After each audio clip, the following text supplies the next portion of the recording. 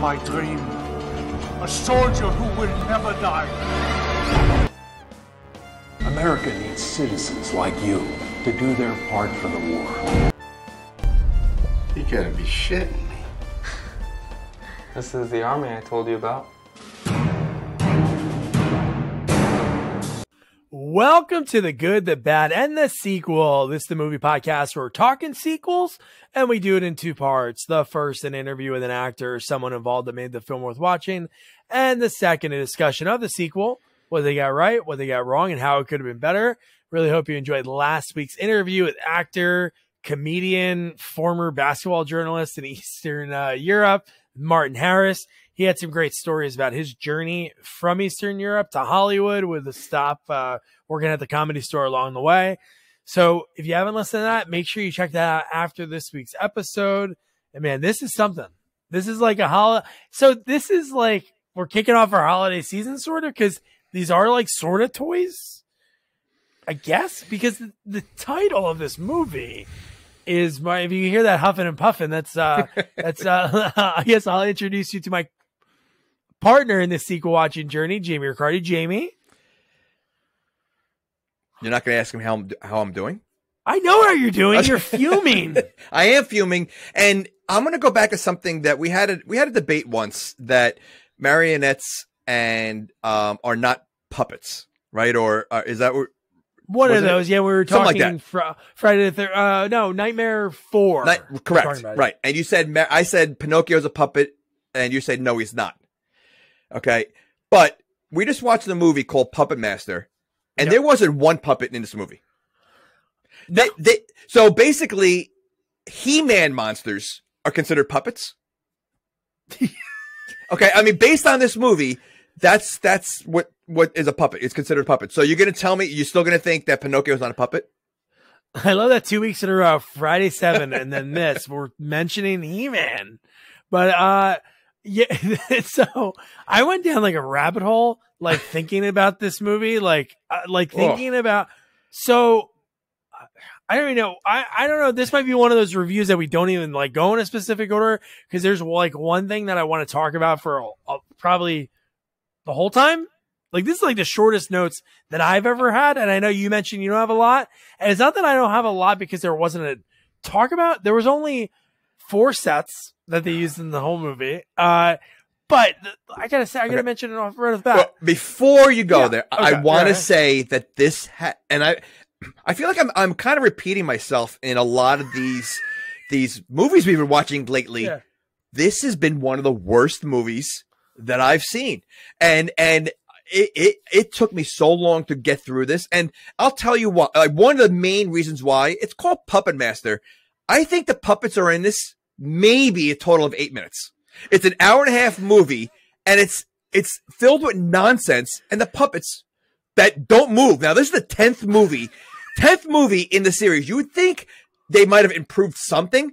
They make Munchie look like seriously. That's why I wore it, because I was gonna say at least give me something. So I just have to jump in and say this. Okay. The fact that I had to Google it. I'm watching this movie, and we have Danny who's talking to the puppets, and he's staring at them, and we're getting a stare at them and music, like a little violin, like, and then he goes, "You know what? You're right, Blade." And I'm like, what the fuck just happened?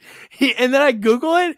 They don't talk. They just telepathically talk to whoever the puppet master is. I'm like, shut up. Get out of here. Okay. See, right. So one, I guess it's a continuation of part 9, but I'm sure not a lot of people have seen part 9. So anyone that's watching part 10 doesn't explain anything about this movie.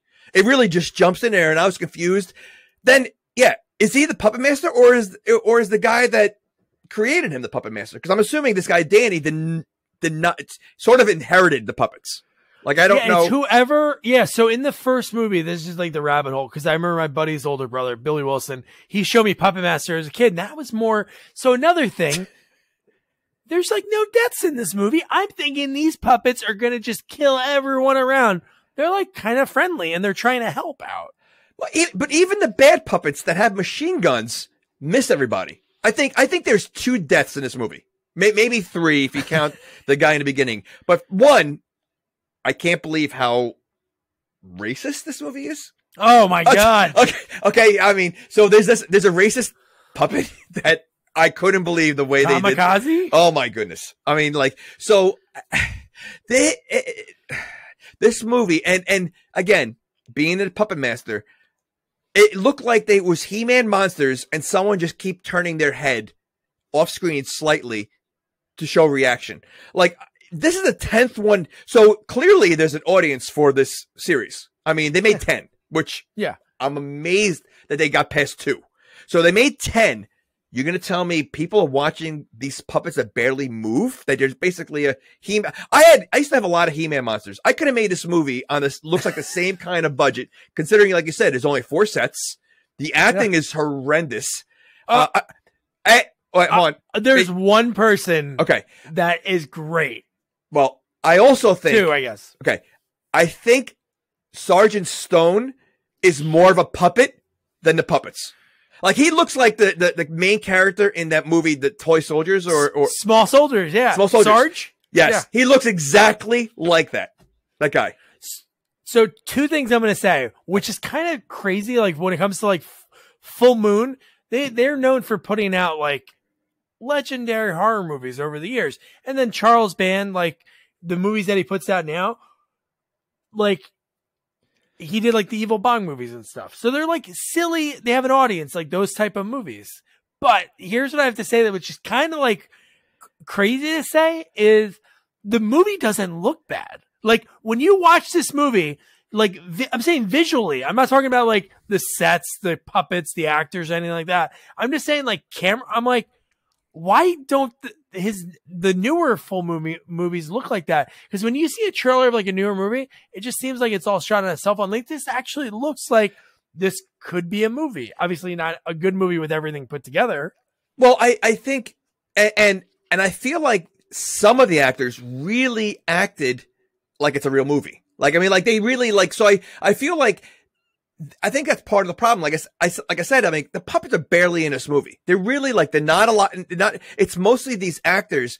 And I feel like, you know, they're trying to really, I mean, there's a slow scene between the German lady and the German guy. And it's like a 15-minute scene of like nonsense. And it was so slow and boring, but it looked like they were really trying to act in a scene. And so, like, I think, like, they tried to act whatever they had in the script, but it just doesn't work. It was, no one wants to see this. They want to see the puppets fight. I just want to see puppets kill and fight. That's it. And there was none of that. I know. But no, so again, to the bright side, the blonde lady was, oh my God. We'll talk about what happens with her in this movie is crazy. The fact that the first time, we'll get that in a little bit. The first time you're like, oh, she's putting them on. Then the next time you're like, she's not putting them on. This is like real. Like, and I also felt like she was going to be in the movie longer. Like, what happens to her? I thought like it was going to work because they wanted to keep her in the movie, and she kind of like left the movie. That was funny, right? It's ridiculous. And her accent, there are times that was pretty good, and then there was times that I feel like her accent went out the window. They forgot, yeah. It was like a practice take. And then they were like, "Oh, we're gonna keep it." It's like, "Oh no, I wasn't doing it." Yeah. So I would say the one person that I really love that would go on my like sequel, like not Mount Rushmore, but like the Mean Genes of the world. Like, in these bad movies, you have these people that you remember forever. Sarge. I wrote down so many of his lines. Like Danny, the guy that played Danny was very like, he reminded me of like the guy from Psycho Cop 2, Brian Ryan, like, just whoa. He's not that bad. Brian Ryan is the worst character ever that we've done so far. Alan, but no. I mean, your ass stinks is a classic line, so that gives him points. But Ryan, there was no classic lines. But yes, he was boring. He wasn't like I said, these characters. So like I said, Sergeant Stone was more of a puppet. Like, to me, he was the best character. I agree with you. Oh, Every line, it was funny. Whoever wrote whoever wrote the script really loved that character because every line was a one-liner. Like everything he said, it was never like a normal, just a normal sentence that you or I would say every day. It had like you bunch of turds. Like there was like something at the end of everyone. But, and even the way he looked, like he was perfect. Like his look, he looks like a Street Fighter guy too. I forget which character. Like Zangief? Oh no, Guile. He looks like Guile. Right, yeah, as I'm saying, like he just like he looks like a cartoon character. Like they made like a real life cartoon character out of the Sarge. And I think he was the most animated. When you have a movie called Puppetmaster and you have an actor who's more animated than the actual puppets, that's a problem. And so let's talk about the puppets a little bit before we get into this movie, because I know they're going to come up every so often. So the puppets in this movie, though we'll talk about the good puppets, which makes no sense to me that there's like, so to get the fans maybe to change, because I'm sure these puppets were killing innocent people in 1 through 8 maybe. And then in 9, they had to change of heart. And then in this one, they're like, yeah, we want to kill the Nazis too. So they're like on the side of America. Well, I mean, so again, I've never seen any of the Puppet Masters, so I don't know. But these are the same puppets that are from the first movie. Well, I can say definitely Blade. Okay. Blade's been in all of them. Okay. I don't know about the one there's one that has a name that I didn't understand until we saw what it. Oh, Leech the Leech Woman. Yeah, I didn't understand it either. Right. I mean, which is weird because I don't know how that happens, but you know, it's and then so she has a real leech coming out of a wooden puppet. How weird! Like, how does that work? And you know what? Blade, he looks fantastic, right? Like the face, like he's very cool looking. If they made it animated somehow, like they couldn't do like stop motion or something with them, it's a cool character, but I can't imagine him looking like if that's how he looks in all the movies. I don't know how they made 10 of them. Yeah, they did make a couple years after this. Again, I'm not going to say it's good, but I don't know who wrote it, but they did it more of like a horror comedy, and he does look more animated. It looks like they did like more like CGI, and like Tom Lennon's in it. Wait, after this one? Yeah, after this one, it's called like Little Reich. Wait, there's 11 of these movies? Oh, I think there's like 13 or. Oh my goodness! I thought it was like The Ender. No, because the one after this is the one with Eric Roberts and Vanessa Angel, isn't it? Or the demonic toys. No, I thought there was one that was a Puppetmaster one. No, there's a Puppetmaster versus Demonic Toys, and that's with Vanessa Angel. Really? Oh, yeah, she's in it. It's a crossover because I guess there's a series of Demonic Toys. I don't know. I can't. So Leech Woman, Pinhead looked like he looked like what's his name? Beetlejuice. From the original Adam Sandler. I was gonna say he looked like Beetlejuice. So he had small head with a big body. Oh yeah, sort of. Yeah, I was talking about the face. He looked exactly like the actor who played Fester in the original Addams Family. I can't think of his real name. I should know it. Oh, the original, not Christopher Lloyd. The original, Lloyd. Yeah.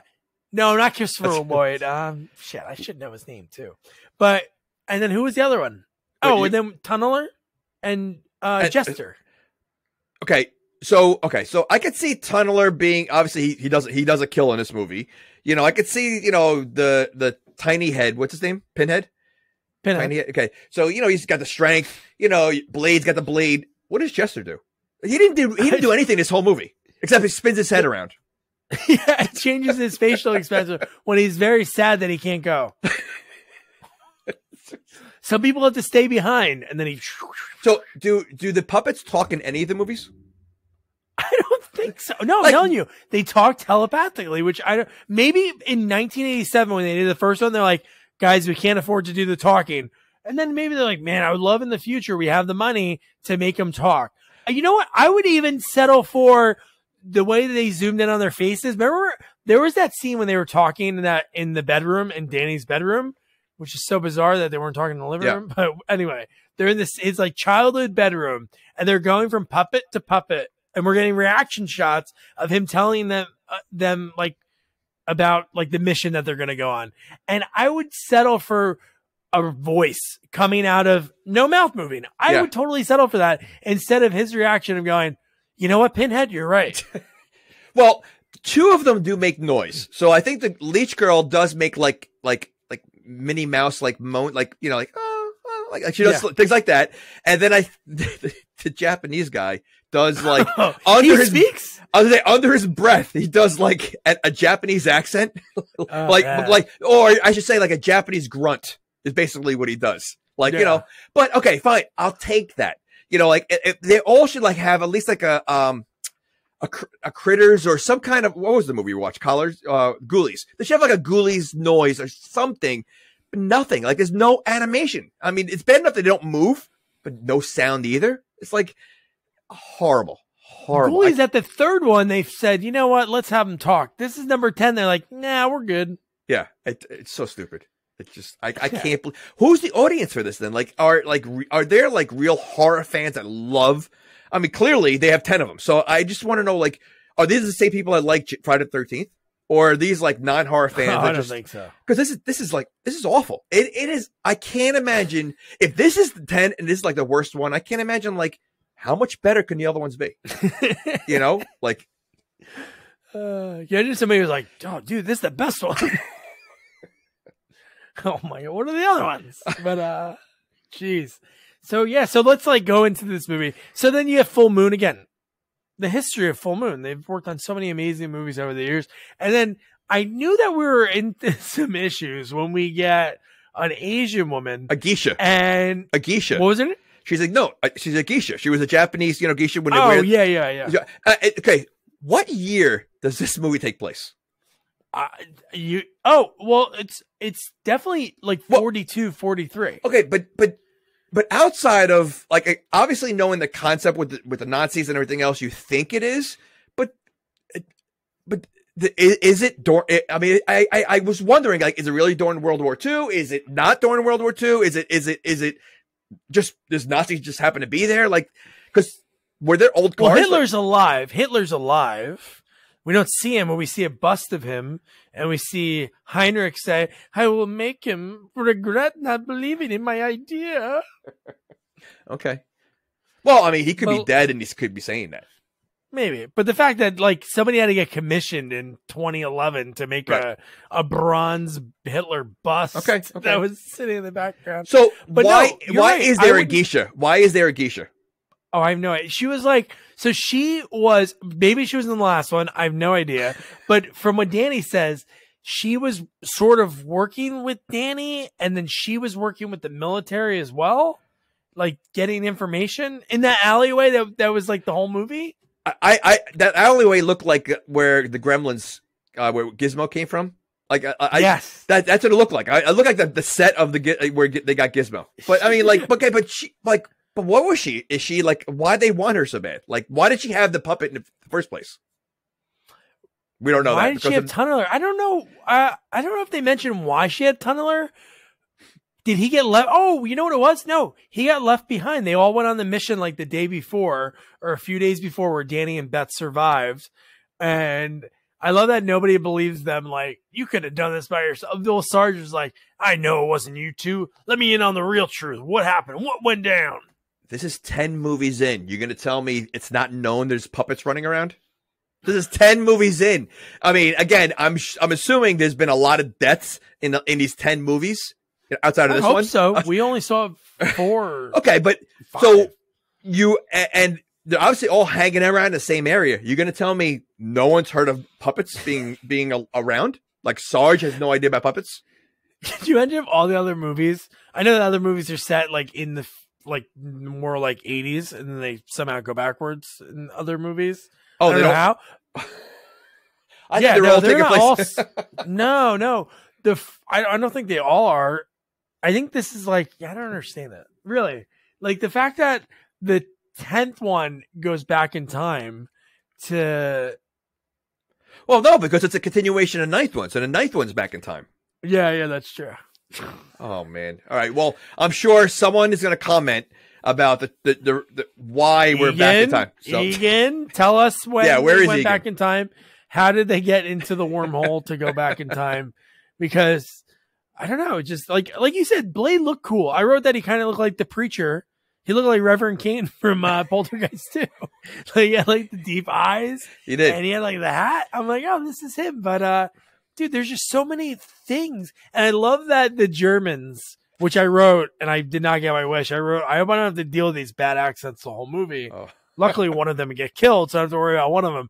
But I love that she gives Heinrich the bag, and he's like, I don't want your trinkets from the past. And I'm like, and then, so that's what made no sense. So it seemed like she was meeting with them to give him that. So was she really helping out? I don't think so. I think because as soon as they open the bag, he kills one of the Nazis.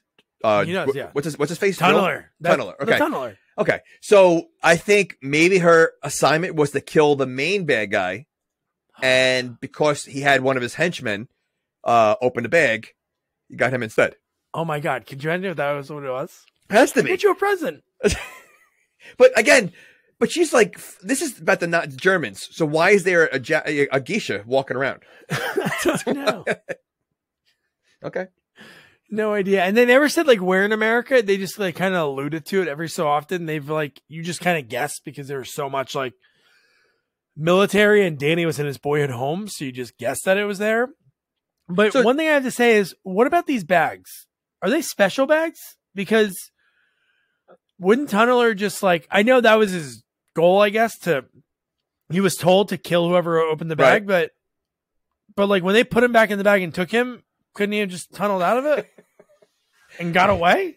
I didn't even think about that. Yeah. Why? Or when he was at the lab, he wasn't like handcuffed or anything. Well, maybe he's tunneled out. Yeah, but maybe he's like a parakeet when you put like a blanket over him, he falls asleep. So maybe when you put him in a bag, it's like a Toy Story thing. When Andy comes around, they fall asleep. So he's sleeping in the bag. So you take him out. Oh but even so, when they take him out, how come he doesn't attack the doctor? True. I mean, he's literally just laying there while the doctor's dissecting him. Maybe he knows that the doctor's being held up. Maybe these puppets know more than whatever they are. I don't know if they're really puppets. And not for nothing, the movie is basically trying to reanimate humans. That storyline goes nowhere. Nowhere at all. I mean, because that's like Reanimator. It's the same thing as Reanimator. It is. Same color, goo, everything. But it goes nowhere. Like once like that doesn't happen, like, all right, let's just go on puppets instead. Like that whole plot, that's the main plot of the movie. That's why he wants that doll, so he can figure out how to reanimate, I guess, why would that make sense? Why did he think that a puppet is the secret behind reanimating a human? I don't know. He just had like this obsession because he had that room. Like when we first met the doctor, I forget his name, Freyhofer. I think his name's Freyhofer, like Freyhofers. But yeah, so Freyhofer like always had this little room that was a huge room, like his little office, I guess, that he would like when he wasn't working on the Reanimated project, he was like working with his toys in the other room for some weird reason. So he had like no idea until he like met the Tunneler that this was actually like something that could be real. But how about like when the main Nazi guy, I forget his name, but he slits the guy's throat and then he goes, and the idea is pretty good concept, right? You have an army of undead. You wouldn't be able to kill them. So it'd be like essentially unstoppable, right? Right. So he slits his throat and then the doctor has to try to save him and he does. And you're like, holy shit, it worked. And then his face melts. Yeah. Yeah. And again, this is the main plot of the movie. Yeah. And goes nowhere. And is the doctor being held against his will? He is, but he walked to work. That's what I'm saying. So why is he even going there? And like they didn't talk about like they kidnap his family or anything. I thought maybe like they were but they don't mention that. He's being held against his will, but he walks to work. Do you remember how he got into work? Oh my goodness. By pressing the brick in the wall? Ridiculous. So you're going to tell me, okay, so obviously that like we talk about the secret hideouts all the time, right? The villain's secret lairs that no one ever finds it ever. I mean, that you assume that secret lair has been there for a long time. No one's ever walked. I mean, there were garbage pails, so garbage men are there all the time. Wouldn't they be finding out? And they'd be like, "Holy shit! Why do we pick up garbage at this? Like, who's leaving the garbage here?" Right? Nothing. But yeah, until that point, so he walked to work that day to his like to him like prison. He's held against his will. He's really not. But until like that moment, then he's like, I just want to see my family. But we never know that. They never say that his family's kidnapped or anything. Yeah. I think he just wants to hang with the blonde. Well, he definitely. Well, that was creepy. That was. We'll get to that in a few minutes. Okay. I gotta I gotta make sure my stomach's okay before we. That was get so to gross. That was gross. I would say most of my notes, as I'm looking at it, are mostly in quotations and they're lines from the movie. Like one is when he finds out that Tunneler's gone, Danny, and he's talking to Beth. He goes, "We can't take on the Nazis and the Japanese at the same time, like we did last night." What? So you're telling me those in the previous movie, then those 2 and 4 dolls took on the Japanese and the Germans? Yeah. Okay. I mean, we talk about Chucky. Like how difficult is it to escape a doll? These things are smaller and barely move. You can't. And if you're taking on the army, you can tell me like a tank can't run it over. Yeah, I know. Yeah, but you have guns. So in part 9, they took on the army. They took on the army, but they do understand well, because when he asks, because Blade was following everything, so Danny goes, "So where's Tunneler now, Blade?" And Blade does the Nazi salute to tell him where he is, and I'm like, and he knew exactly. Yeah, they're communicating. But okay, so I know you mentioned telepathically. Is that really how they communicate, or you're just assuming? No, that's what I read. No, whoever the puppet that. master is, like, can telepathically talk to him. But he says a line right after this that made me scream, because when they got a knock at the door, what is the first thing he says to them? Not a peep out of you guys. They don't talk. How can you tell somebody not to peep if they don't talk? That's like telling, like, again, a mute, don't say anything. Yeah. Or when I think it was a Naked Gun. I think when he had that fat guy in the wheelchair, he goes, "Don't get up." Yeah. Yes. No, exactly. When he said that, I'm like, what the hell? And then you had the 2 suits. They bust in the house. Oh, and then we get another. That's when we get like another set. That set that was like, I don't know what that. There's like so many things in this movie that I feel like they were like writing it as they went along and forgot about things. Because I have to mention it now, because not that I'm going to forget. So when he meets with the military guy, I don't know what his name. I'll just make Major Collins. They were all like the generic names that they brought up. So it was like he's meeting with this guy, and in this room, this is where we meet Sarge, who's like the hero, like best part of the movie. And this is when he says, like, "You won this honor." Oh no! How about that? Oh my God! Sarge has done what, 9 tours or 7 tours? They said, so this is what we're gonna do. We're gonna have you babysit this couple. like what? That was the way to get Sarge involved. That was the only way to get him involved. So, and it's funny. This guy who when they're in their office, he reminded me of American Ninja guy that sent in that the guy, the guy with the wearing Hawaiian shirt that basically what is ninja? Yeah. What is ninja? Yeah. He reminded me of him. Like, he just like clueless with his job, but he's in the military, so they throw him behind a desk. Oh, do you mean the line he says, "Don't mind me, I don't do good in an office"? Or this one, I did write down one line. He says, "Only action this old dog gets is shooting a pencil across his desk." What does that mean? But my favorite part of that whole scene is when they're trying to find out what actually happened, and they don't really spill the beans. But then they say, like, so General Thomas is coming to visit, and he's getting all the people that were heroes and together. And then, like, just before he leaves, he goes, "And you're going to be there too." So I'm like, okay, what did you think when he said that?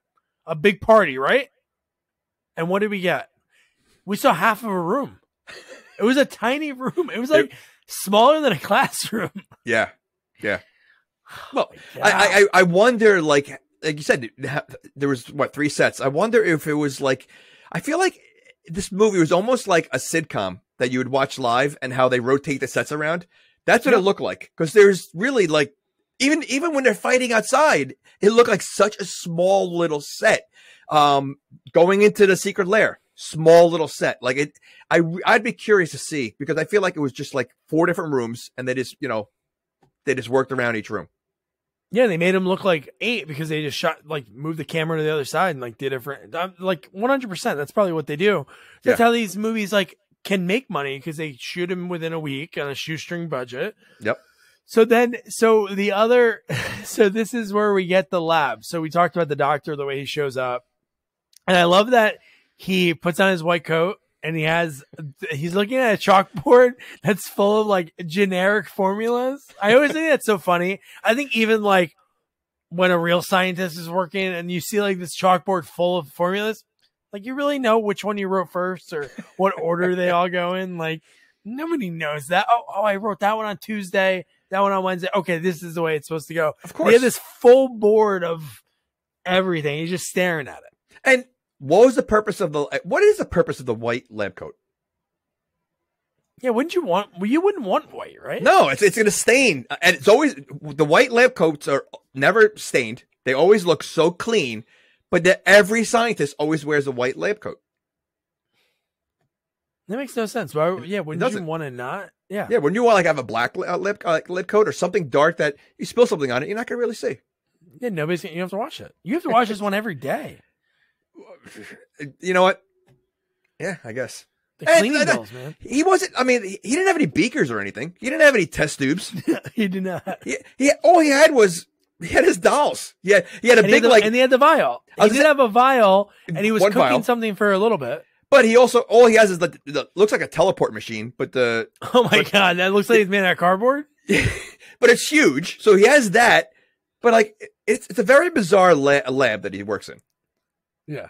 And I love that he talks to the puppets that are sitting there. He says, "Hello, my friends. Hello, my family." Okay. I think yeah. What do you I was going to say one more thing. The German lady, when they did, when the Chinese guy comes out of, or the Asian guy comes out of the machine, she seemed turned on. Like she was like licking her lips and like she was like staring at him like she was into the zombie.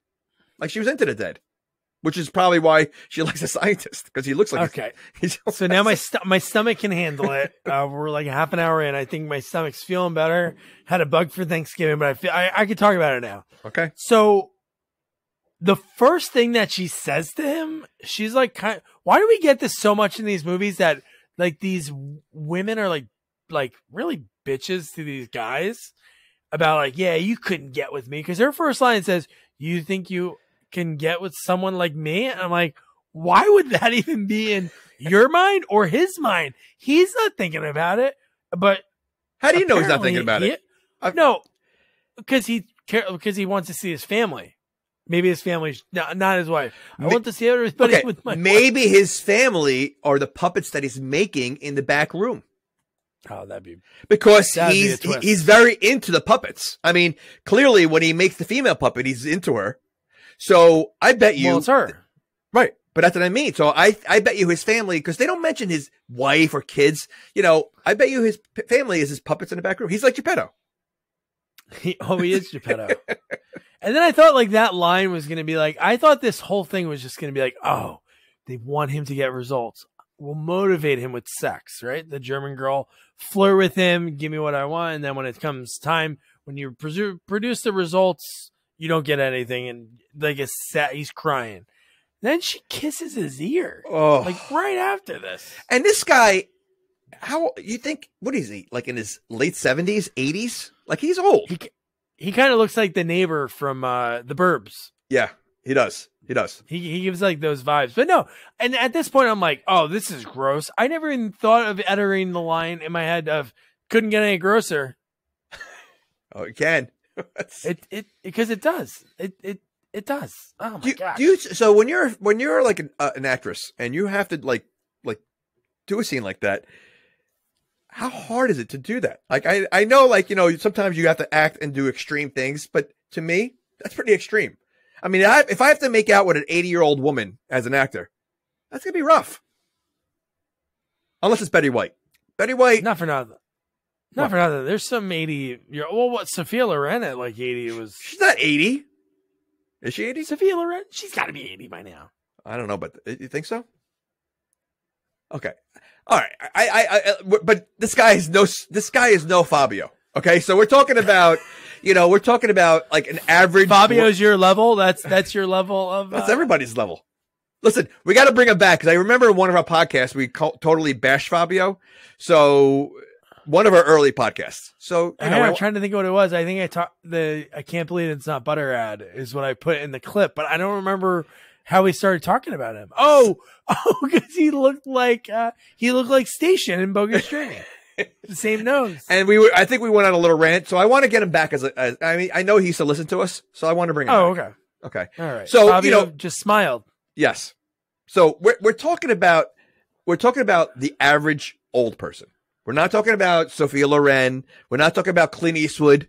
We're talking about the average, that's going to be rough. That's going to be like, I feel like that if you have to make out with an average grandma, you're going to remember that. It's not like something you can just erase from your mind. I feel like that's always going to be there.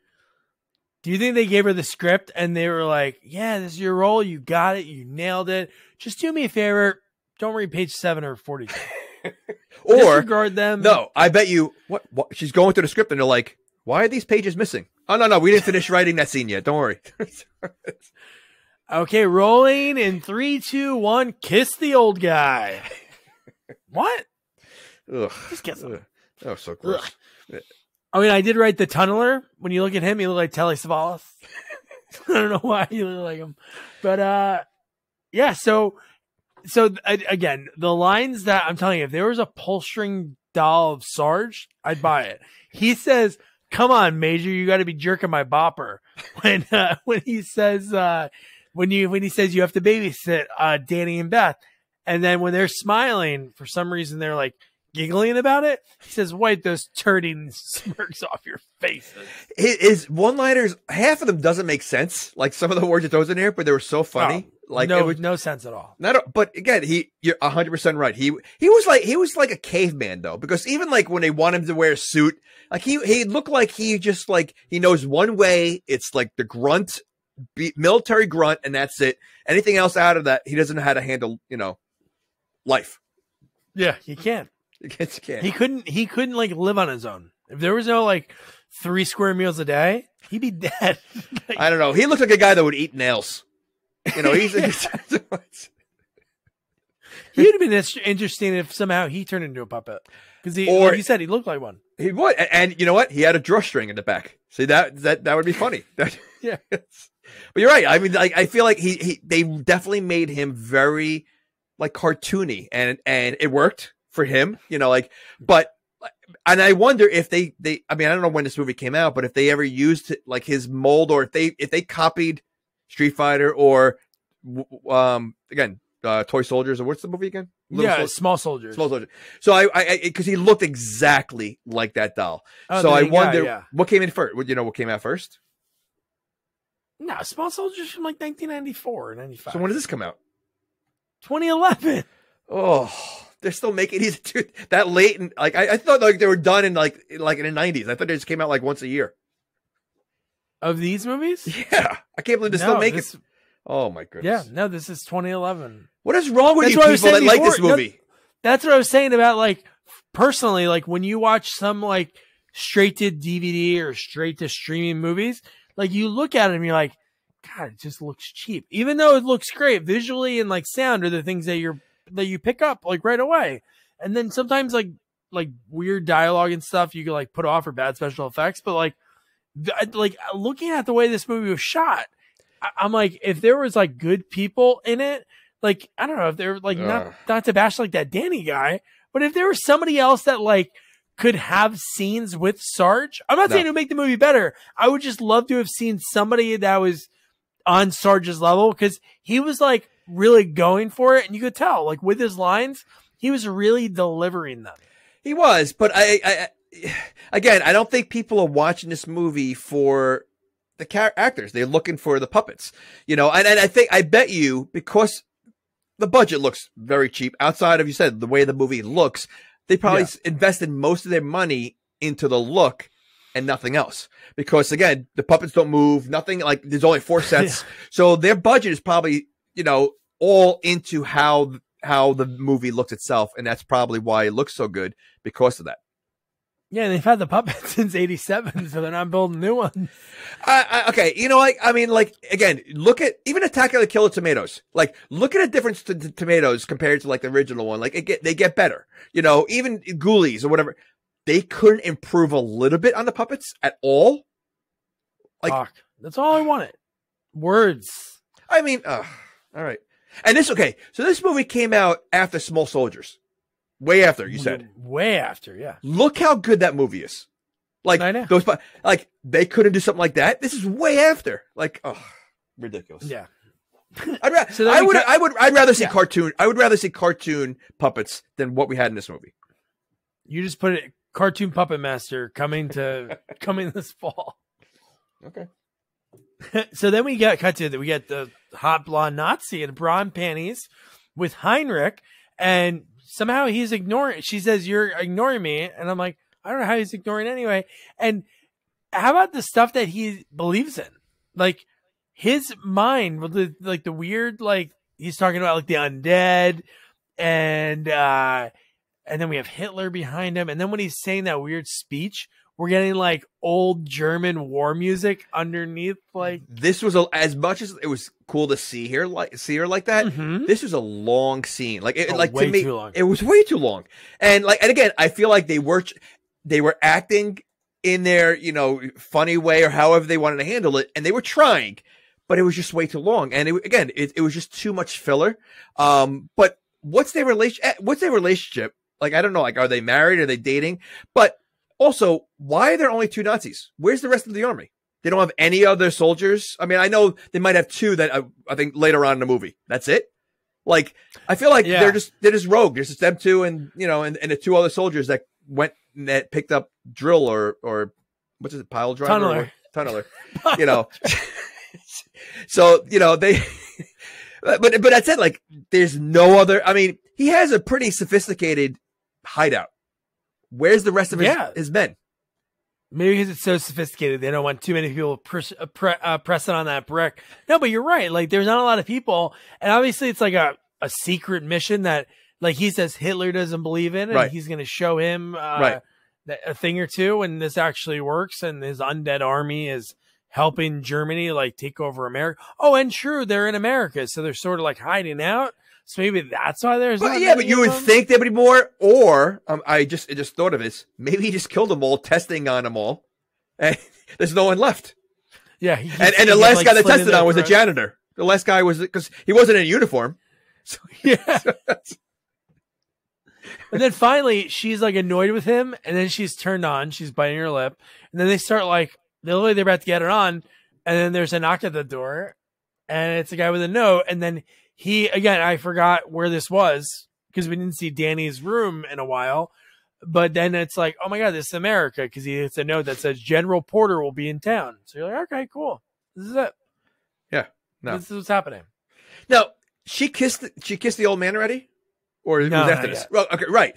So maybe she was angry because the guy was not paying attention to her. And she's like, I'm going to make him jealous and kiss the old man, because they do get caught, right? Like they get caught. He walks in. Yeah. But would you get jealous if she's kissing? Yes, I mean, kissing, someone, you're going to get jealous, but like kissing an old man, like, I don't know if I would be jealous of that. Like, you really want to do that? That's your choice of jealousy? Yeah, no. So we can talk about the full scene right now. So at that point, when I thought, like I mentioned before, I thought it was one of those, we really want this undead thing to work, the reanimating the dead bodies, and her flirting with him and maybe make him work harder. But then when she's fully like making out with him and he's kissing her back, and then the commandant walks in, Heinrich, and sees it, and I'm thinking in my head, he's going to fake be angry and it's all part of some scheme they have. Right. And just as the audience, they don't let us in on it. No, she points a gun at him. And he goes, please don't shoot me. And he says, don't worry. And he shoots her. And I'm like, holy shit. Like, This is insane. So she was doing this under her own free will. Like she was like making a conscious decision to make out with an 80-year-old. But I think it's to make him jealous. And he was jealous. But why would she couldn't like kiss one of the Nazi soldiers? Well, I was thinking that too. So if she, well, I mean, you know, she's a Nazi. Nazis aren't that smart. Maybe she hooked up with all of them already. Well, there's only 2 left. They killed them all. That's it. So yeah, that was a little shocking. I was surprised, but okay. So when he does that, I'm thinking like, all right, you know what? She's gonna be the first soldier. She's gonna. So like, you know, they're not gonna end her role right now. It basically ends within the next 5 minutes. I know. When I thought that was the motivation, he maybe. So if we would have saw a little bit more of like Heinrich, so the opposite, like when she did get shot, then I thought in my head, like, you know what, if Heinrich like saw them flirting with each other, and maybe if he wasn't 80, then it'd be easier. If he was like a 40-year-old guy, then it'd be more believable that he goes, oh, I'm gonna kill her. If you want to be with her, you have to figure out to reanimate. Then you think, oh, this is what he's gonna do. He's doing the potions, doing everything. Puts the violin, see you soon. But I think he says, I'll see you in a little bit, my love. Yeah. And we see her a little bit, and then her face melts. And that's it. Done. That's it. Yeah. I was surprised that they didn't like keep her, because obviously no one wants to see this anyone else. They want to see her, you know, so. And the fact that I thought, okay, you know what? Maybe maybe those other puppets, like Blade and Pinhead, maybe they weren't actually like had real people involved in them. So I was like, maybe this is like a unique process, because I don't know how they made them in the first one. I really I have zero interest in finding out. Really? But I was thinking she's going to talk. Yeah. She's going to talk. She'll be the one that talks. Right. Nope, nothing. And they don't really, I mean, again, maybe the doctor's in the previous movie, but like, why does this Nazi think that the doctor can bring the dead to life? No clue. They don't explain any of that. So I wonder, like, you know, and how long has he been working on this project that keeps failing? Like, how many tries are you going to give this guy? Yeah, does he have a background in doing this? Because it seems like you're going to kidnap. I don't think that was something that people casually do. No, so it seems like he was working on something else and like took him to. And I'm assuming, considering this is the plot to this movie, it's not involved in any other movie. So in the other movies, they're not trying to make zombie soldiers, because then what's the point of this plot if he's trying to do it now? So what's the doctor's background that he thinks that this guy can make zombie soldiers if there's, I'm assuming, no zombie soldiers in the other movies? Yeah, no idea. I don't know. The other movies really have to be the normal unsuspecting teens, families are getting killed by these puppets. Because if not, well, how is it a horror movie? I hate to say this. Say this, but we may have to find someone for part 9 to figure out what the heck's going on in this movie. Go backwards and then 8 and then 7. No. So let's not get crazy. Just one more. Maybe one more. Maybe one more. But yeah, so that just made no sense to me that we didn't get anything from it.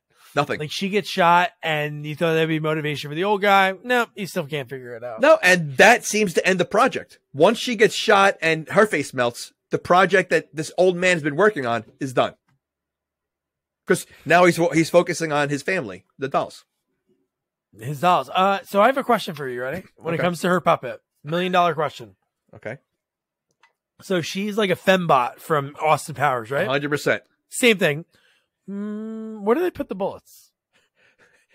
Well, I would assume they go through the back, but okay. She seems to have an unlimited amount of bullets. That's true. And how tiny are these bullets? They're like baby BBs. So how can people die from them? Well, there's a lot of them. She's shooting a lot at once. Well, does anyone really die? Does anyone die from these? Well, yeah, no, the one guy does die. One of the guys in the military at that, what we thought was a big celebration, and it ended up just being one celebration. But when she shoots Pinhead, yeah, he's fine afterwards. Well, he is a doll. I guess that is true. Yeah. And then you patch him up. Okay, but wait. So you want to know? Okay, so you want to know where they're putting the bullets, and again, how many bullets does she have?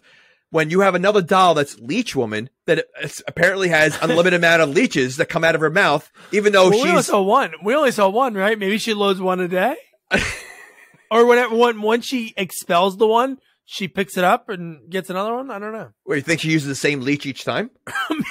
Maybe it's her friend. And if it's a leech, wouldn't a leech like if she has the leeches inside? Doesn't it like wouldn't a leech eat her? Well, she's a doll, so I guess it's She's a doll. And didn't she use the leech on Bombshell, which is another doll? So would that have done anything? Yeah. And why would she have real leeches inside of her? Like how is a leech thought of that idea in this movie? Because how would a leech survive inside of her? Leech is a living thing, so how is it surviving? Because she again, like you said, she only did one of them. So like, do you think it's like, you know, someone who's like shoots a bow and arrow, they can go back and pick up the arrow and throw, you know, back in the back in the case. So as soon as she uses a leech, she throws it back, she swallows it again and uses the same leech over and over again. What? God, I would love to have been in the writing room for that. Like, okay, blade. He's got a blade. Yeah, great idea. Right, let's write it down. How about this really big guy? He's jacked, small head, pinhead. Love it. Let's go. Let's go. Let's keep it going. Let's keep it going. This guy has like a drill bit on his head. Tunneler. Love it. That's great. Jester. Oh, who doesn't love jokers? Yeah, let's do that. How about Leech Woman? Wait, you ruined the flow, Frank. What do you mean Leech Woman? It's a woman. She spits leeches out. And it's like, we'll put it on the board, but we won't use it. And then somehow it made it into the movie. It's probably the same Frank that was in Gremlins who made Vegetable Gremlin. Okay. So, I mean, you know, like it seems like every movie has that one thing that you would never guess. And somehow that's the one that makes it. I can't believe that. He's probably the son of the director. He's like, listen, my son had, you know, we one idea. We got to put it in a movie somehow, you know, so. All right. Anything else? Leech Woman. And the way he said that, like just the way Danny would say, be like, I know where you're thinking, Leech Woman. I know, but you have to stay here. Sometimes people have to stay behind. I was so confused why I kept calling her that until it happened. But okay, so it's a puppet. I would be happier if like maybe she spits out nails. You know, shoots nails in her mouth. Yes. Or just okay, but again, it's a puppet. So I can see that a little bit better. Maybe she shoots out like string, you know, because a marionette. I don't know. A string woman. But leeches, like again, like that would be the last thing I would ever think of to come out of her mouth. Yeah. Like, it's just weird. Yeah. Okay. Oh, my God. All right. So now we get Sarge is at the house with Danny and Beth. Another great line. He says, I don't want to be here. Foxholes and sticky bombs are my thing, not babysitting. And then he tells her, you know, it'd be great, honey, if you could rustle us up some grub. Yeah, he definitely doesn't have a way of speaking to women in this movie. He's so degrading. And by the way, I wrote down, I think it was like 45 minutes in when she gets shot in the face, the Nazi woman, and we barely saw any puppets. 45 minutes into the movie. Oh, I know. No, it was really just reaction shots of puppets. That's all we have. Yeah. So, okay. All right. So then Sarge is eating like a slob, and then we find out again, I don't know if Sarge is in the previous movie, or what they talk about in the beginning, or every time they talk about like when Danny and Beth like beat the Nazis and the Japanese. Did that really happen like in a movie, or is that just like a story to bridge the movies? I have no idea. But I'm gonna say like, Sarge was not in the other movie because he had no clue about dolls or Andy or them. So I don't think he was involved. Oh, that in the is movie. true. Yeah.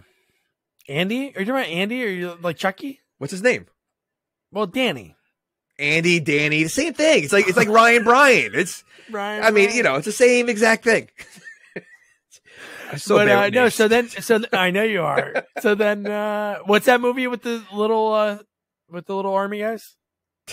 Little soldiers, tiny shoulders, soldiers. Small soldiers. And you know, the best part is like, this is not a bit. It's not like, I'm not like trying to be funny. I really like, when I say these names, it's what it comes to my mind right away. I don't think of this. So oh God, amazing. But then we find out some weird tidbit that, Danny's brother was in the military.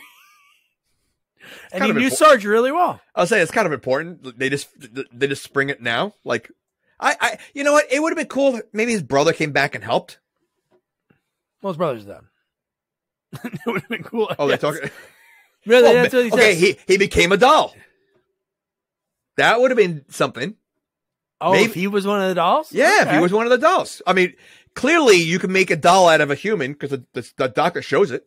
So if this guy's really the puppet master that can talk to puppets through his mind, he can't create puppets?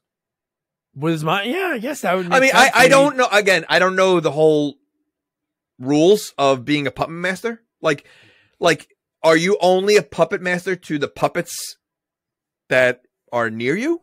Can you be a puppet master to any puppet?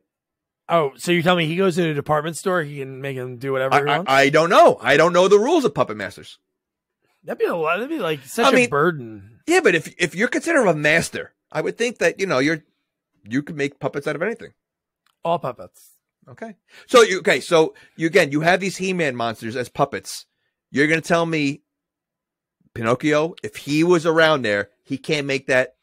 Well, we already said Pinocchio. You said Pinocchio's not a puppet, right? He's a marionette, isn't he? Yes. So you're going to tell me the puppet master can't make if he was in this movie, if somehow Pinocchio's in this movie, you don't think he would be considered a puppet?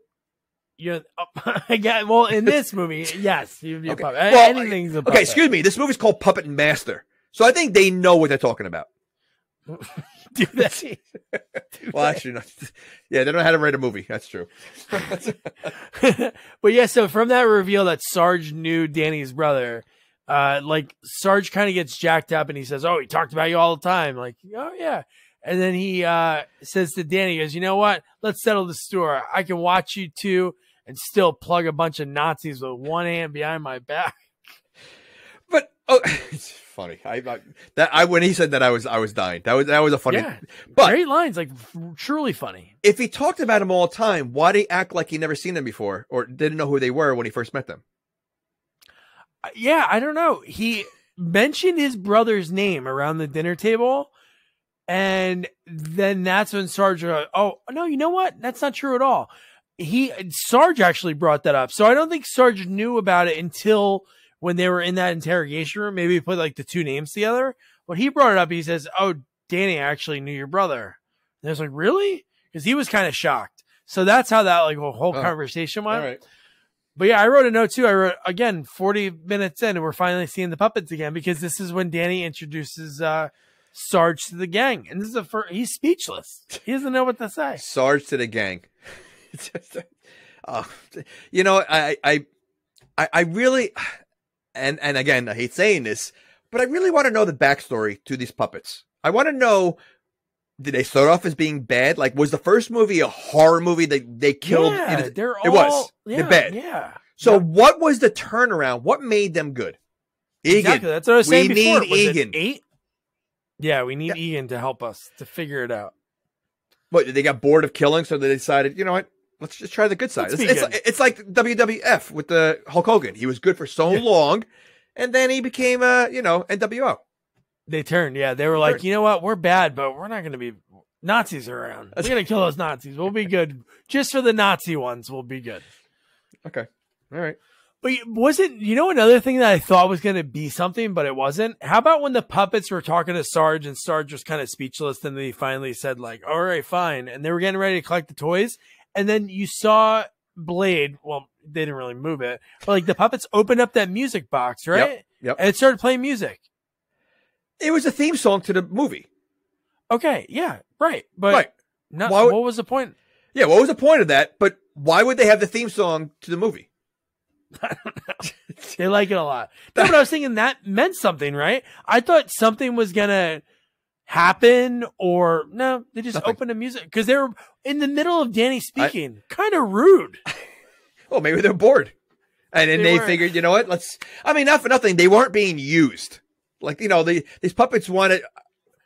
What's the purpose of what is their goal? What's the puppet's goal? Outside of maybe getting drill back. What's the puppet's goal? Please their master. That's what I would think. So I don't think they have any individual goal. But no, like you said, when they were playing the music, it was like playing somebody off at the Oscars. They're like, all right, this guy's boring. I would like to think. Do you think, as the puppet master, if he was like a Dark Helmet, playing with dolls, do you think would the dolls allow that? Like, if you wanted to play with them, can you play with these puppets? I guess that everything's on the table. Leech woman, hi, help me. Pinhead, save me. Well, considering they don't talk, they need a voice anyway, so you might as well, I think, it would be I'm not saying it'd be a good movie, but I wonder if they ever did it in one of them, in the million that they've made. It'd be great if they had one that somebody was Don the Puppet Master, however that happens, and they didn't want to do it. And like, they're just, the whole movie is them running away, like going on airplanes, boats, and the puppets are following every time they like it'd be like a Bugs Bunny cartoon. They're like, oh man, I got away. And then I know the puppets are like right next to him on the train or something. Oh man. Don't give them any ideas. Or they're writing right now. Listen, they've made how many Chuckies? They should have thrown Chuckies with the Puppet Master. Is Chucky considered a puppet? It's a doll. Oh, okay. All right. So that's where you cross the line. I would say these are dolls more than puppets. The movie's called Puppet Master. I know, but it's not I agree. They are dolls. They're He-Man dolls. They're like He-Man toys. So, but if these are the same puppets from the first movie, they consider them puppets. It's Talking Pony. It's a horse. Okay, but they made one movie like that. They made 10. You think so? Even if so you're thinking, all right, they made a mistake in the first movie. They're not really puppets. So whoever wrote it down, you think they would figure that out by the second or third movie? Why keep running with it? Like if we're talking pony, if they made 10 of them, you would hope that at one point they're going to have a pony in the movie. So like I would think that they would figure out the fault that they did, and they just kept running with it. They ran it. I can't. 10 of these movies. How can you? But you think about it. How can you really have a puppet though that's like alive? Because if without your hand up there, there's nothing. It's not going to work. It's true. Yeah, just like if they're actually like in it, like somehow whatever special power that I don't know. Okay, all right. By the way, I get like a really gross like Mannequin 2 callback in this when he kisses Bombshell. The Freihofer kisses. Ugh. But that's what I mean. That's why I think if he kisses that doll, his family, I would think that are the other puppets he's making, because they don't go back to the dolls that he's making except for Kamikaze, right? That's the only one he makes. So like, why is he making that one had great detail? That was the best one. I mean, the other one with the 6 arms, ridiculous. Oh, that was that was my favorite one. And that one, I don't know if that was a callback to the other movies. I'm sure it was, just the way they showed us as the audience, just the head. And then it, like, for somebody that was a diehard fan, they're like, "Hey, that's the guy from 4." But where was he the whole? I didn't understand that part either. Like, where was he this whole time? He was like a head in a box or something. I don't know. Why? I have no idea. Was that maybe why they were playing the music, but they never like mentioned it? I have no idea. But so that's my point. So like, he wasn't around. So obviously that puppet wasn't around. So he also all of a sudden became alive. So can the Puppet Master make any toy, like any doll, come alive? I don't know. I would think it would make sense if you have that power to telepathically talk to dolls, but maybe it's only special doll. Maybe they have to be like registered Puppet Master dolls. Okay. All right. In order to get the nano. I mean, I did like 6-Shooter. I really like the way his look was really cool. It reminded me of like a bad guy in an old spaghetti Western. It was, but the problem with 6-Shooter is I felt like you had someone off screen that had a string on one set of 3 arms and a string on the other 3 arms. So when he raised one arm, all 3 arms went up the same time. And when he raised one, all 3, like, it was so, like, everything. To me, Kamikaze was the only animated one they had, I feel. But it was insanely racist. It's insanely, it's not even the word. Like, it was really bad. It was terrible. All right. Oh man. So then so the next scene is when we get like them doing their recon in like the alleyway that we've seen so many times. But one line that was funny was Freihofer is begging Heinrich. He goes, I vow not to fail you. And he goes, it doesn't have the power to help a grown person yet. So that's his pitch to be like, let's use the dolls. And what does Heinrich say? What do you suggest? An army of youth?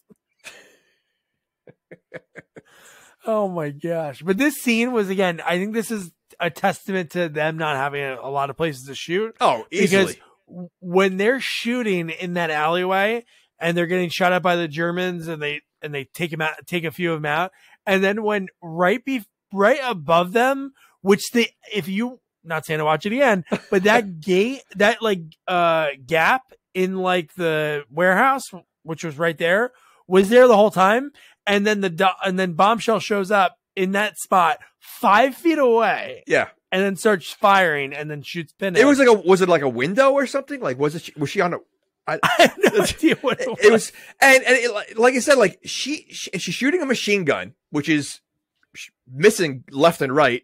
But yes, you're right. How big are those bullets? They have to be so small, like tiny, tiny. All right, ridiculous. But I did like Blitzkrieg, and Wehrmacht was cool. The werewolf one, I thought that was pretty cool.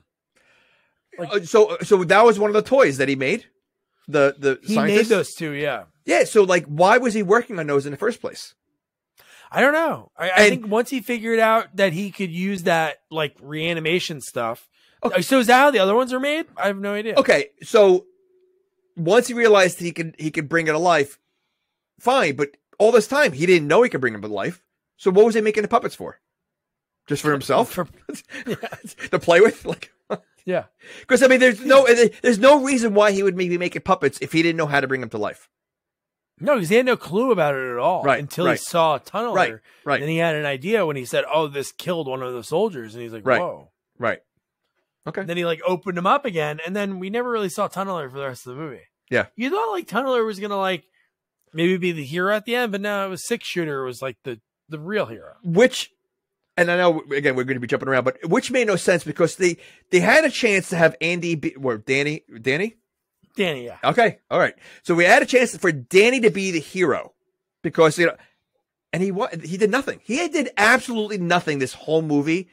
It was Six Shooter, and that's it. Like because Danny was stepping up to the Nazi, like he was standing up to him, and he did nothing. I think Beth knocked more people. She knocked the Nazi out. She did. And so did Sarge. Yeah. Well, I mean, you expect Sarge to do it. That's true. Yeah. Okay. So then we get the party that I mentioned that General Porter arrived and he's getting followed by Blitzkrieg. And I thought in my head, I'm like, oh, he's going to kill him right now. No, he's just doing recon because he turns around like right away. And so this whole, oh my God. How about Sarge being a peeper? He peeps on them kissing and then he like gets caught and walks away. And then Danny brings in his dead brother's suit. And then that's what you said earlier when he was like, yeah. One of these things. Yeah, he was definitely peeping. That was well, you know what? Listen, he's been in the military a long time. He just wanted to see a little action. He saw other action, so this is the kind of action he wanted to see. This is the other. Yeah, there's only two kind of action I like in life. Oh man. Oh my gosh! And then I mentioned earlier, but I still can't believe that. What we thought was going to be I thought it was going to be in a ballroom, like a big speech to all the people that helped against the Germans that were like, I guess, trying to infiltrate and the Japanese. No, it was just a tiny room. It was a small... And he was the only, he was the guest of honor. Yeah. Him and Beth. Yeah. Yeah. Like you have a guy that did 9 tours in the military. Why wasn't he guest of honor? He didn't take out, I guess, the entire Germans and Japanese. Okay, really? Because he did 9 tours during World War II, obviously, because the Nazis are around. What kind of wars were he fighting in? That's really true. 9 tours? Like, I don't know how long a tour is, because if you're listening and you're in the military, I don't know either, but I'm assuming a tour is, at least a couple 3 months. Yeah, right. Okay, so if he did 9 of them during World War II, you can tell me he didn't kill a bunch of Nazis and he didn't save anybody? So he got shafted. So he's babysitting, not getting a medal. I mean, not for nothing. Beth and Danny did one night. They did fighting for one night. That's like a little tour. That's not even a tour. That's a day trip. Oh, that's it. God. It's a day trip. But how about Danny? He goes, I can't take this medal. I don't want this medal. His line delivery, he's probably the nicest guy in the world. His parents probably love him. But Jesus, when he's like, I don't want this. I want a uniform instead. I'm like, Well, not for nothing though. You're in this movie. Is your heart really going to be into it? Well, no, yeah, it is, because people start their careers in these movies and they either fall in love with it or they fall out of it. But no, the thing that when it comes to this role is he is being really selfish. Okay, even though he did take them out, really didn't, because he admits to Sarge that these guys were really the heroes, which they are peeping and watching from a window at this point. But they're probably like, shit, where's my medal? Take that medal, Danny, and give it to us. But no, the fact that he knows that he's not fit for military service because of like his leg. But yeah, I want to join the army. He keeps trying to get into the army though. He knows he's not fit for it, but he keeps trying to go in there. I got news to you. If I'm in the military with him and I'm in a bunker and I need him who has a bum leg, he can barely walk, I'm not going to feel too safe. I feel like I'm not gonna... What if he had the dolls and you didn't know about it? Like, that'd be good. In like Puppetmaster 11, it's actually like in Normandy Beach. They're storming Normandy. Somebody's in a bunker. They're like, Danny, get over here. We need you. And he's like, fire on those. Oh, I don't have a gun. I have my dolls. I brought the wrong backpack. I was supposed to bring the med kits and I brought the dolls instead. But Jesus, I listen. You know what? And enough. Listen, I love the military, and if someone gets shot in a bum leg during the war, and those are the bravest people. But Danny does not seem like he's brave. He's hurt. They don't even explain why he's limping, like if he has a bum leg. Why would you want it? Like allow him to be in the military? Because they do. Don't they let him go in later on? Well, no. That right after the scene they do, because how about like the old timey photographer? And he's like, hey, can we get a picture for the paper? And the guy gets there, he's set up, and he snaps the photo, and then Blitzkrieg shoots him. And then I don't know how Blitzkrieg snuck into that room because there's only one door, so I don't know how that happened. And then we get the battle of the century. We get Leech Woman versus Bombshell, Blade versus Werewolf, and Jester versus Kamikaze all fighting each other. Why is it called Blitzkrieg? Oh, like the Blitzkrieg going in, like going crazy, like going in, like, which is kind of kamikaze. They're kind of the same type of word, but Blitzkrieg is the German sense of it. Yeah. But I love the only thing, we didn't get them talking. We didn't get much, but we got slapping sound effects. Slapping, and it was very quick. It wasn't a long fight. Like it wasn't like, how long can you make two dolls fight each other? I would rather see 20 minutes of that than 20 minutes of the two Germans talking in their basement. I don't know. I'm watching this movie, never seen a Puppet Master. I want to see more puppets. If I'm gonna sit through this, I want to see more puppets. And I just didn't get enough. And then from there, that's when Bombshell did kill the one guy. He got shot like from a few feet away. And then I guess they all ran off because they were losing. I guess, because right after that, that's when the general was like, Danny, what you did today was a military service. And I think he even says, like, I'll see what I can do. Right. Yeah. Yep. I think he still doesn't even give him the okay. It's like, yeah, I'll see what I can do. Yeah. Which is basically saying, okay, yeah, when you're applying for a job, you're like, yeah, we'll keep your resume on file. Yeah.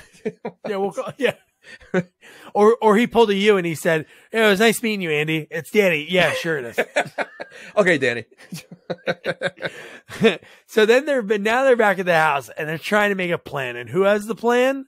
Leech Woman is the one that they're zooming in on longer, I guess. Okay, wait, hold on. If these puppets are running away and they're tiny, first of all, I would have loved to see a video angle of them running because I think it would have been really funny. But how long? Because they didn't go back with Danny because they ran on their own. How long do you think? How do you think they got to the house? Like it would take a week. You think they take a cab? Like you think they're hailing a cab or like how are they getting there? Like it would take them so long to get there. Or maybe we're being like so like looking at this on a different angle, but maybe there's a whole puppet world, like an underground puppet world we don't know about. Maybe there's puppet taxis, puppet bars. Maybe they like live in the sewer. Like Are these the only puppets in America? So, like Oscar? Like Oscar has a whole like tunnel Yeah. world under his garbage pail? Because I think there was an episode of Sesame Street that showed like There's a movie called Oscar. Yeah. oh maybe and it's all and in Grouchland. and it's all underneath the garbage pail. Mm-hmm. Yeah, and it's a whole world of Grouch people, and they know Oscar. So you're like, wait, so Oscar he lives on Sesame Street, but then he goes down to Grouchland every so often. Wait, so there's no garbage in his garbage pail? It's basically like it's like a tunnel, It's a ladder. So then, what the garbage men don't put garbage in there? It looks like it, right? You think that even he grabs it? So that's just like a window, like he pops out just to see what's going on, and then just goes back to his world. You know what? So from having my daughter, who's going to be 4, we watch a lot of Sesame Street. There is one that Oscar does. So they actually do because that movie's from like the 90s, the late 90s, and actually it's a good. Do you remember that movie, The Grouch? I don't. I sort of follow that bird with Big Bird that had a lot of cameos also, but I didn't remember Grouch. Grouchland had God, who was the villain in it? Oh, what? And Nino Montoya from Mandy Patinkin? Mandy Pink? Yes. Yeah. Mandy. Yeah. So he plays the villain in the movie. There's a bunch of people. Vanessa Williams is like the queen in some area of Grouchland. But no, anyway, so in one of the episodes of Sesame Street, like a recent one, he goes down and the garbage man comes and takes the trash can. So he has no trash can. So he can't get back up. So he sort of can come up. I guess. Like, can he go to any garbage can? Like, if they take his garbage can that he's always in, can he just pop up in another garbage can? Is it like plumbing? I would think so. Right? like a whole Mario plumbing Brothers system. And since you seem like an expert on Sesame Street, I am. If he's so miserable in Sesame Street and he has this whole Grouchland below him, why does he keep coming back to Sesame Street? I know. If they're all miserable down there, why doesn't he just like be with the miserable? I have no idea. Okay. Or unless he just wants to make everybody else miserable. So I think that's what it is. Maybe that's what maybe there's like a Grouch in every every like little land, and that's their goal is to just piss people off. All right. Well, thank you. He does a pretty good job of it. Okay. I got news to you. I have a feeling like this Sesame Street talk has been more interesting than the Puppetmaster talk we've been doing. But no, this is when Leech Woman has the plan of the 6-shooter. She reveals like the head, which is like this big, like we talked about, like an old spaghetti western, like bad guy. And so and you're like, I don't even know what this could be. Okay. So that's her big plan. Why was she keeping this? So clearly they can make this puppet alive. So why is she like now? Why are the puppets allowing him not to be alive? Like they knew, clearly they knew that they had the head right there, which is, I don't understand why the head was separated from the body in the first place. But maybe he was in timeout. But maybe why he did something wrong? So the only way to stop these puppets is take their head off, and then they take their heads off. Yeah. Okay. All right. Maybe that's the rules for the puppets. Maybe, I don't know. But all I know is that this movie, the end of this movie, which was good for us, but it like ended really quick because from that point when she had the plan, we saw Heinrich again yelling at the doctor saying, I want to resurrect people. And then boom, my next note is like, oh, so now we have 6-shooters like Goro from Mortal Kombat with guns. And then I get the line that we talked about many times already. Leech Woman spits leeches into a man's mouth. Yeah, that was pretty good. So that's what it was. It wasn't Bombshell's mouth. It was just this German Nazi's mouth. You know what? Right now. You're right, which means that she's not reusing the same leech.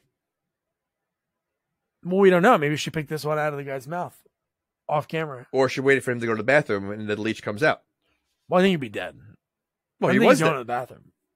Well, it's still, no, the leech, just because he's dead, leech can't tunnel his way out and come the next way out would be, like well, I don't think you're going to poop it. Well, when you die, No, not the man, but I'm saying the leech finds his way out. He tunnels all the way through and comes out the other end. And so if the mad scientist was so miserable there and being held against his will, instead of using these puppets to fight the good guys that are trying to take down the Nazi, why didn't he use his puppets to attack the Nazi? Exactly. He could have used them. Yeah, he could have used their power. Right. Like, and told them, like, he obviously controlled them. Yeah. He could have got. There was 4 of them there. 3 of them now with the German girl getting murdered. Right. He could have been like, "I love you, bombshell. Shoot Heinrich." And he would have done it. Couldn't these puppets communicate with each other and say, "Hey, listen, we're all on the same team. Let's go after the Nazi. We're all puppets. We're all puppets." But then I question, because obviously, you know, they're hinting that the mad scientist is going to be in a future movie. So, you know, maybe he wasn't held against his will. Yeah, because he does come and go as he pleases. He does. No, he really he does the time clock and he leaves. Yeah, hits his brick and that's how he leaves. But then we get 6-shooter. He's a hero. He saves Leech Woman. But then we get Sarge. That's sad. Yeah. I like that. He went out a hero. He did. Oh, yeah. So, and he had a line. He went out with a line, right? He said, "Make me a promise, son. Give him hell, soldier." That was his promise. That of all the last lines of Sarge, that's what he comes up. I would have expected something funnier from Sarge. Like, of all he's had so many lines throughout the whole movie. I would have at least thrown like a funny word in that, because all his lines made no sense. I would have liked something a little better from him. "Hey kid, don't jerk your bopper. Kill me a Nazi." Something like that. Oh my God. And then how about Blade? Even his kill, like, we didn't see any actual kills. Like, obviously we saw like the guy sitting there, but the blade, the knife was probably already bloody, and then they lifted it from behind the head to show that it was bloody. But I love that the line that, because Blade was the hero in this movie, he had the final kill, but Danny has the line, "You forgot one thing, never screw with America," and then Blade knifes him from behind. And that's what I mean. Like, so that was the moment for Danny to shine. You know, he couldn't get in the military. He's, you know, it's kind of a wimp the whole movie. Why didn't he get the last kill? Like, it should have been him. And no, it was Blade. Like, that was Danny's only chance. Like, why is that girl with him? Because she's not ugly. She's not ugly. And, no, she's super attractive. I don't know why she's with. Yeah, why she feels with bad for him. She probably grew up with him. He was like the kid that people picked on. She had a soft spot for him. So she gets married to him? Oh, well, they're not going to get married yet because Sarge heard the whole plan. Oh. They were talking about like when they were going to get hitched or something. He even asked about the wedding and stuff. Yeah. And then Freihofer turns on Heinrich and has Kamikaze blow up the lab. And then, dude, we get a CGI explosion that's so bad. And then what do we get afterwards when they're like all like tunneling out? There's just smoke, not much smoke from like a fog machine, and everybody's just going. Yeah, and you know what? I think it would have been cool if we lost one of the good puppets to go down as a hero. Like, you know, which one would you want to have died? Jester. What did Jester do the whole movie outside of spinning his head? Like, again, they all have some kind of like strength to them. Now you're adding 6-shooter there. What's the purpose of Jester? I got the perfect scene. So Jester dies, credits start rolling, end credit scene, mid credit scene, a funeral. And what they're doing is Jester's like in a coffin, and we keep showing like somebody up there, they're not speaking, just the head's moving a little bit, and then cut to the audience. Their Leech Woman's crying. With a Blade has a Kleenex on the end of his knife, and then that's how Jester goes out. But no, he did nothing. What if Blade takes off his mask, and it was like a Scooby-Doo thing? Like, he was Jester the whole time. Whoa. Oh my God. And then the final part of the movie, they let the doctor leave because, again, they bought his story, which I sort of didn't until you mentioned, like, maybe he doesn't have a family. Maybe that's all an act. Like, he really wanted to he walks out with a bag, right? He has a bag. So what's in that bag? I'm sure the dolls and the serum. I know the serum's in there. Right. So that's what I mean. Like, now I'm assuming there's a direct sequel to this one. You said there's a bunch more. Sure. So I wonder, like, what new puppets are going to come out, from this? Unless, like, I don't know when Demonic Toys versus the Puppetmaster is, but I wonder if before this. Oh, it was. Oh, okay. All right. Yeah, I think that's 2004. And it's funny, who I just got up just before we started doing this. I talked with Peter Bernstein, which we're going to do an episode in January. We're trying to figure out what sequel to do for him because his career, he's done so much, and his legendary father, Elmer, he worked on that. I saw that on his IMDb while we were talking. I didn't ask him about it, but it was like 2004, Demonic Toys versus Puppetmaster versus Demonic Toys. See, now that's a sequel. If I had to watch one of them, because you would think there'd be a lot more toys and puppets than this movie. What if there wasn't? Then I wasted another hour and a half of my life. Do you think Demonic Toys talk? I hope one of them does. I mean, like, because if the movie's based on two franchises, and it's the big battle, you're going to tell me not one puppet's going to talk the whole time? Yeah. What about Ghoulies? They should do like a Ghoulies versus Gremlins. Or Ghoulies versus Critters. Yeah. That's it. Okay. I would like that. Get on it. All right. So I think you know how you feel about this movie, but I'm trying to think of like what to. No, I know you're not. Don't recommend it. Trying to think like. I think we talked about all the things that like could have made it not to save the movie, but like. No, you needed more emotion, like more motion from the puppets. I feel like it was the way they had the puppets in this movie was very cheesy. Like they barely moved. Like, again, we joke about Munchie and how, he looks like a broken animatronic with his hands going like this and he doesn't move his mouth, but at least he moved. These puppets literally look like someone just turning their head and turning their head back. And that to me was one fault. And the other one is there's not a lot of puppet scenes. It's mostly these other actors who look like they really don't want to be there. Except for Sarge. Yeah. Sarge living large. I love that guy. I think, no, really, he was like, so when he first spoke, because the first like 15 minutes were like so rough. Yeah. But when he first spoke, I'm like, yeah, I know. God, this is great I agree. to see somebody that, and not like I never say the other people aren't trying, just they're not good at good at acting and trying.